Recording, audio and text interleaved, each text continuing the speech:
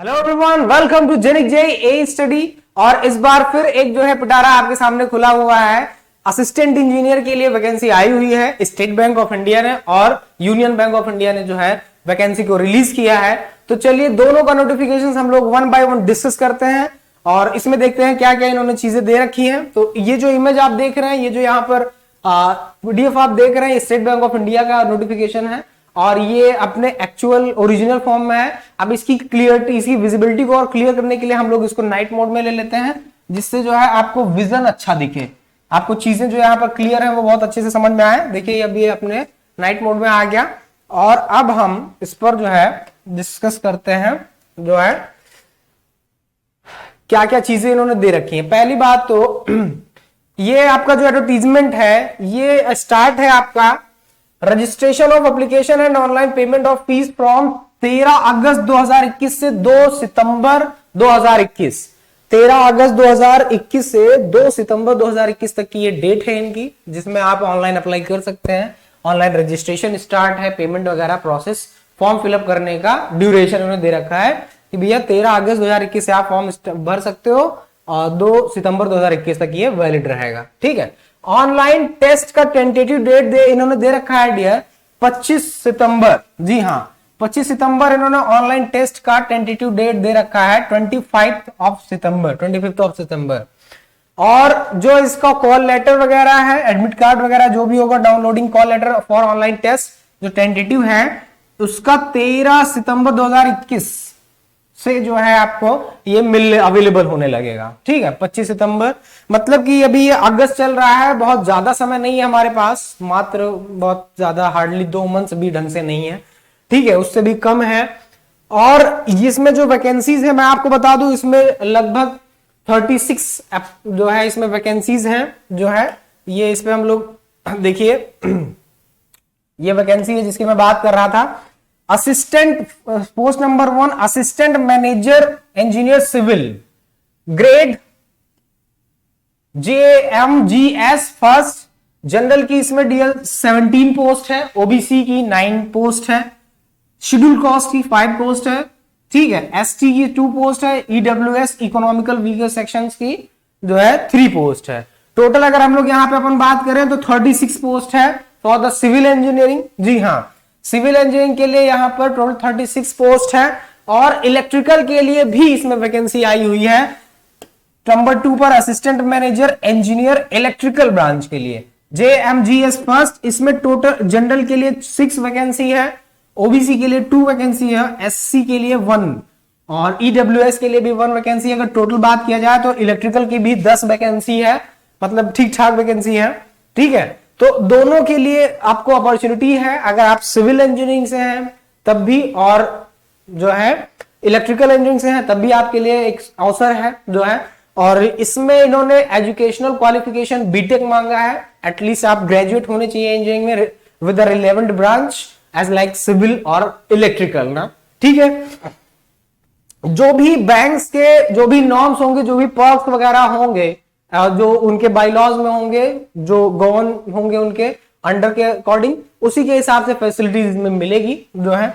और mode of selection वही है डियर, इसमें जो है test exam, written test exam और देन इंटरव्यू या आप कह सकते हैं पर्सनल इंटरव्यू, ग्रुप डिस्कशन। ठीक है, तो देखते हैं हम लोग क्या क्या चीजें हैं इसमें। इसके बाद तो पोस्ट तो क्लियर हो गया और डेट, 2 चीजें तो आपको यहां पर क्लियर हो गई डियर कि पोस्ट कितनी है, 36 पोस्ट है सिविल की, 10 पोस्ट इलेक्ट्रिकल की है। और इसके बाद डेट इसका अनाउंस है 13 अगस्त से जो है सितंबर तक जो है इन्होंने दे रखा है डेट, आप अप्लाई कर सकते हो। ठीक है, इसके बाद अब हम लोग देखते हैं कि क्या क्या पैटर्न होगा इनका। क्वालिफिकेशन देखिए, असिस्टेंट मैनेजर सिविल के लिए, असिस्टेंट मैनेजर सिविल के लिए इन्होंने क्वालिफिकेशन मांग रखा है। असिस्टेंट मैनेजर सिविल के लिए जो क्वालिफिकेशन यहां पे डिमांडेड है वो minimum qualification bachelor degree in civil engineering with 60% और अबव मार्क, मतलब मिनिमम 60% आपका होना चाहिए। ठीक है, उससे कम नहीं। और अगर CGPA परसेंटाइल वगैरह 6.75। ठीक है, एक्सपीरियंस इसके साथ साथ देखिए और क्या मांगा है इन्होंने। इसके साथ साथ क्वालिफिकेशन के बाद, पोस्ट क्वालिफिकेशन के बाद इन्होंने एक्सपीरियंस आपसे डिमांड किया है।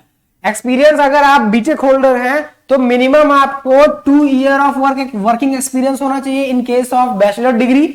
और अगर आपके पास मास्टर डिग्री है या जो है हायर डिग्री है तो उसके लिए आप work experience must have been obtain from basic qualification. Basic qualification के बाद आपको जो है ये बहुत रिक्वायर है, बहुत मस्ट है, ठीक है। और बीटेक के लिए आपका ये मिनिमम 2 ईयर का क्वालिफिकेशन, आपको वर्किंग एक्सपीरियंस आपके पास होना चाहिए, ये मस्ट है ना, ठीक है।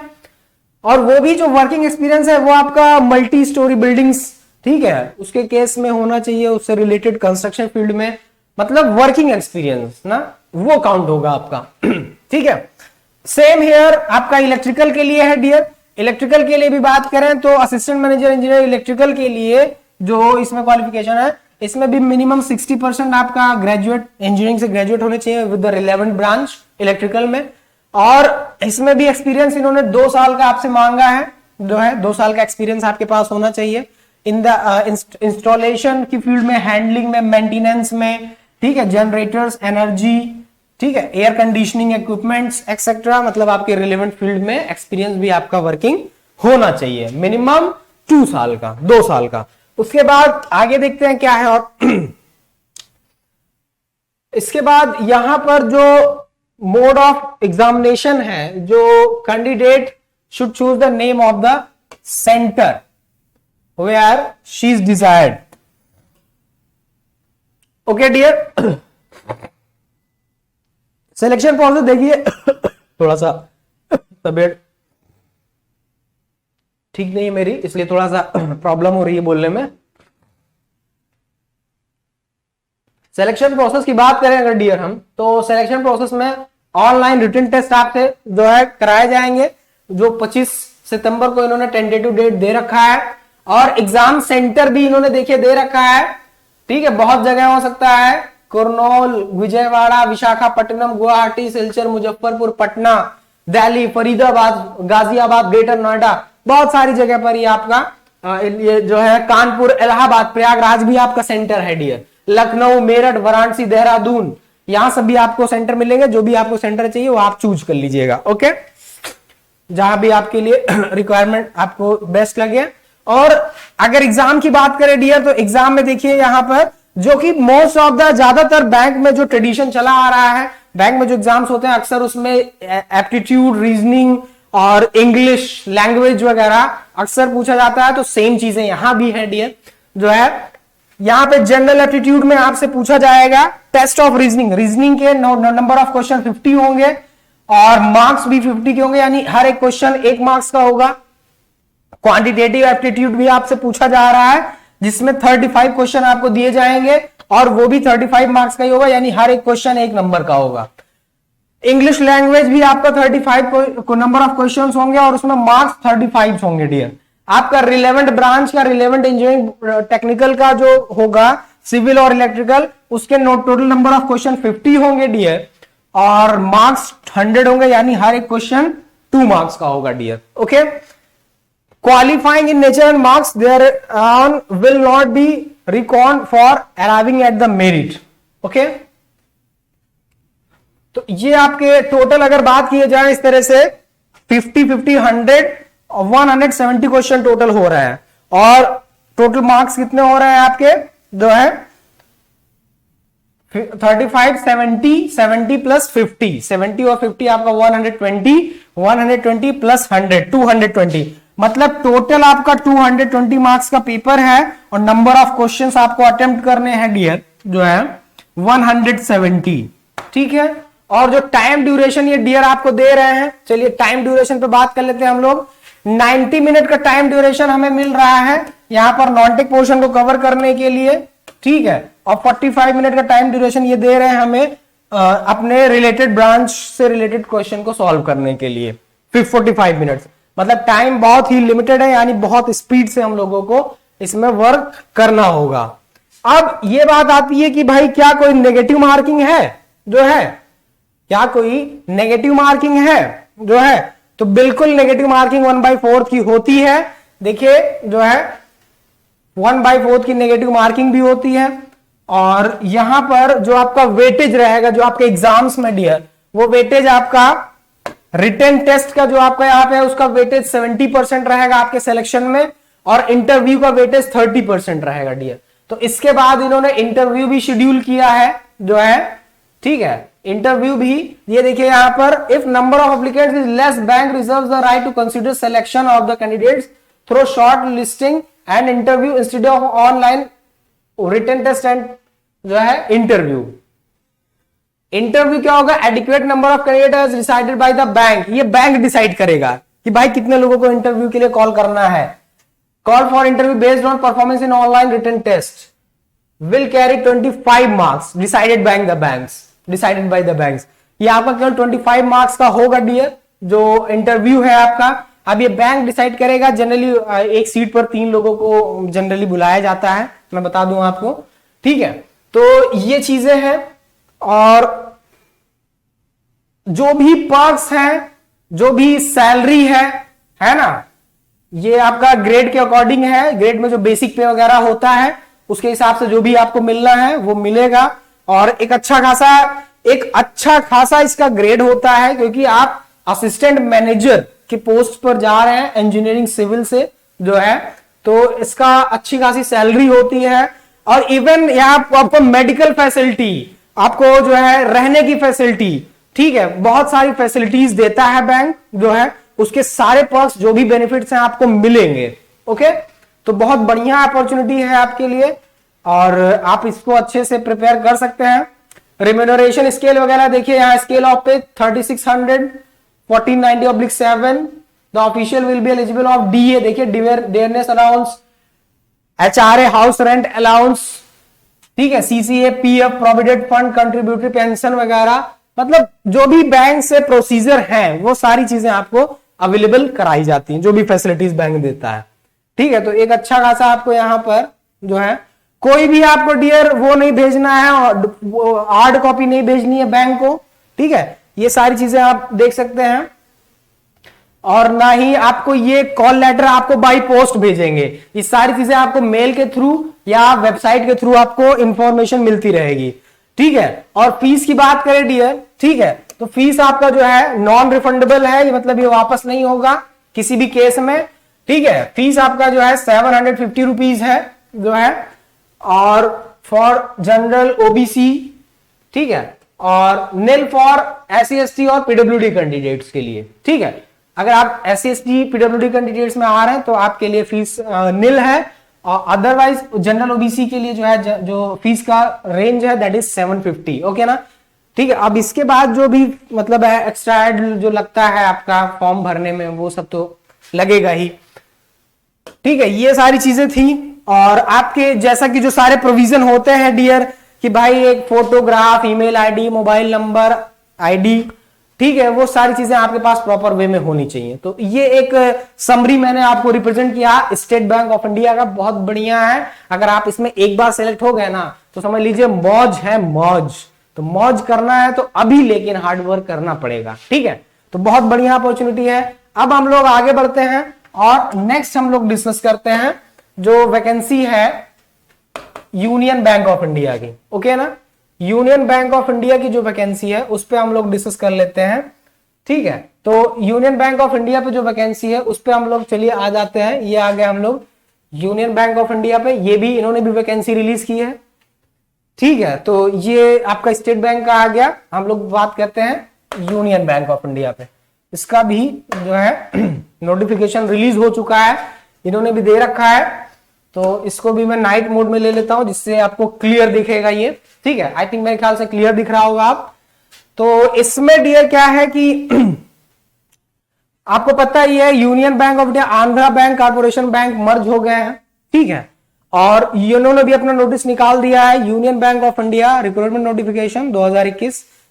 इसमें सिविल की मैं बात करूं डियर, तो मैनेजर सिविल है ना, मैनेजर सिविल की इंजीनियर की पोस्ट है 7, टोटल नंबर ऑफ वैकेंट 7 है डियर इसमें जो है, ठीक है। अब इनका ब्यौरा ये 7 किस तरह से है ये भी मैं बता दूं आपको।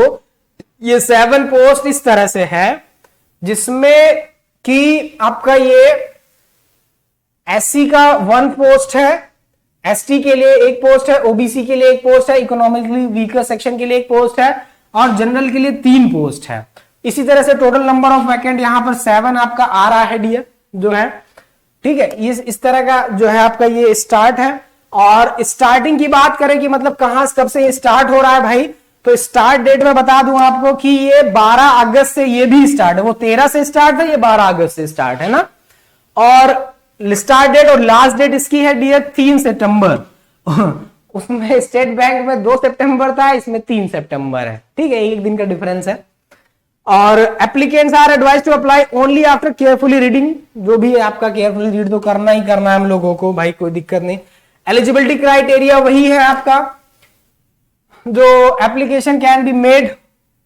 देखिए एलिजिबिलिटी क्राइटेरिया पे हम लोग बात कर लेते हैं, ठीक है। जो नॉर्मल क्राइटेरिया होते हैं, सिटीजन ऑफ इंडिया वगैरह जो भी होने चाहिए। एजुकेशनल क्वालिफिकेशन की बात करें तो एजुकेशनल क्वालिफिकेशन हम लोग आते हैं 3rd नंबर पर, जो हमारा मैनेजर सिविल का पोस्ट है ना।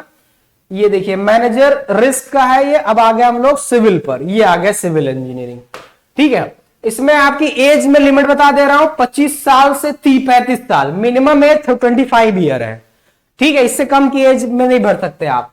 एजुकेशनल क्वालिफिकेशन वही BE BTech degree in civil engineering from a recognised university by government of India approved. Working experience इन्होंने भी मांगा है डियर, 3 साल का मांगा है कंस्ट्रक्शन के फील्ड में, तो ये एक्सपीरियंस भी आपको होना चाहिए डियर। और एक्सपीरियंस के बाद आपकी एज भी 25 to 35 के बिटवीन होनी चाहिए ना।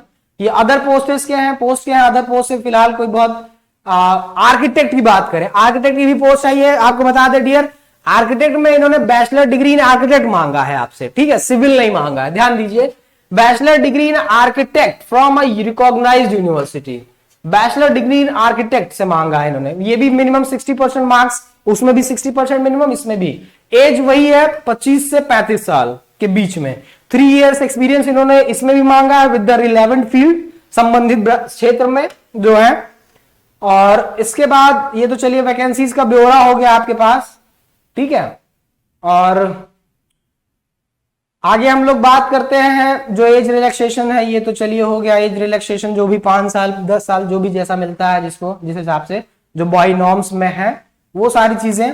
और इसके बाद प्रोबेशन पीरियड, एक चीज और मैं बता दूं आपको कि सिलेक्टेड कैंडिडेट्स जो होंगे यहां पर उनका 2 साल का प्रोबेशन पीरियड होगा, 2 साल का प्रोबेशन पीरियड होगा।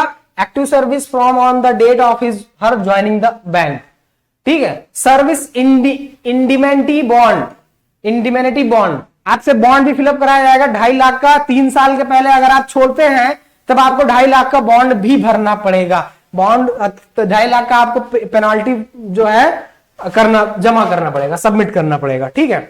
वैसे कोई नौकरी पाने के बाद ऐसा करेगा नहीं, ठीक है। सिलेक्शन प्रोसेस की बात मैं करूं तो सिलेक्शन प्रोसेस का देखिए क्या क्या चीजें इसमें आपसे पूछी जा रही हैं डियर, जो है इसमें आपसे पूछा जा रहा है रीजनिंग। ये भी आपने इन्होंने पेपर को जो इन्होंने 4 पार्ट में डिवाइड किया है। पहला part reasoning, second part quantitative aptitude, third part professional knowledge relevant for the post, और फोर्थ पार्ट को इन्होंने डिवाइड किया इंग्लिश लैंग्वेज में। फर्स्ट में देखिए रीजनिंग के टोटल 50 क्वेश्चन आपसे पूछे जाएंगे और टोटल नंबर ऑफ मार्क्स होंगे 25, यानी एक क्वेश्चन आधे मार्क्स का होगा, ठीक है। क्वांटिटेटिव एप्टीट्यूड आपका 50 क्वेश्चन होंगे और 50 मार्क्स के 50 मार्क्स होंगे, यानी हर एक क्वेश्चन 1 मार्क्स का होगा। आपका जो रिलेवेंट ब्रांच का क्वेश्चन है वो उसके 50 मल्टीपल चॉइस क्वेश्चन होंगे और टोटल नंबर ऑफ मार्क्स उसके लिए 100 होंगे, यानी एक क्वेश्चन 2 मार्क्स का होगा। और इंग्लिश लैंग्वेज की बात करूं मैं तो 50 क्वेश्चन होंगे मल्टीपल चॉइस और वो 25 मार्क्स के होंगे, यानी हर एक क्वेश्चन इसमें आधे नंबर का होगा। टोटल नंबर ऑफ क्वेश्चन जो है आपके लिए कितने हो जा रहे हैं, देखिए 50, 50, 100, 150 और 200। टोटल नंबर ऑफ क्वेश्चन 200 हो जाएंगे डियर। और इनके लिए मैं मार्क्स की अगर बात करूं, मार्क्स आपके कितने हो जाएंगे, 25 मार्क्स, ये 25, 25, 50, 50, 50, 100 और 100 प्लस 100, 200 क्वेश्चन, 200 मार्क्स, ठीक है। ये सारी चीजें आपकी हो जा रही हैं। और लेकिन सबसे बड़ी बात, आपको टाइम लिमिट दी जा रही है 120 मिनट।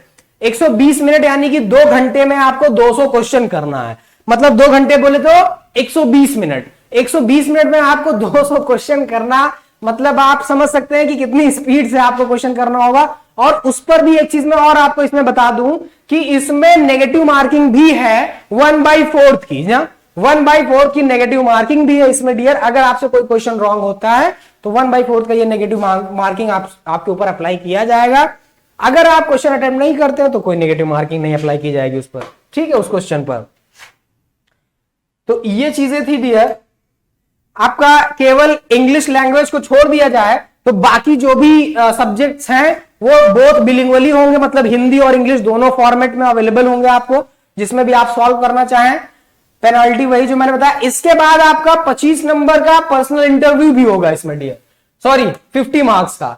50 मार्क्स का आपका पर्सनल इंटरव्यू भी होगा और 50 मार्क्स का इसमें आपका जो है जीडी होगा, ग्रुप डिस्कशन भी होगा। ग्रुप डिस्कशन में क्वालिफाई करने के बाद आप पर्सनल इंटरव्यू के लिए क्वालिफाई होंगे।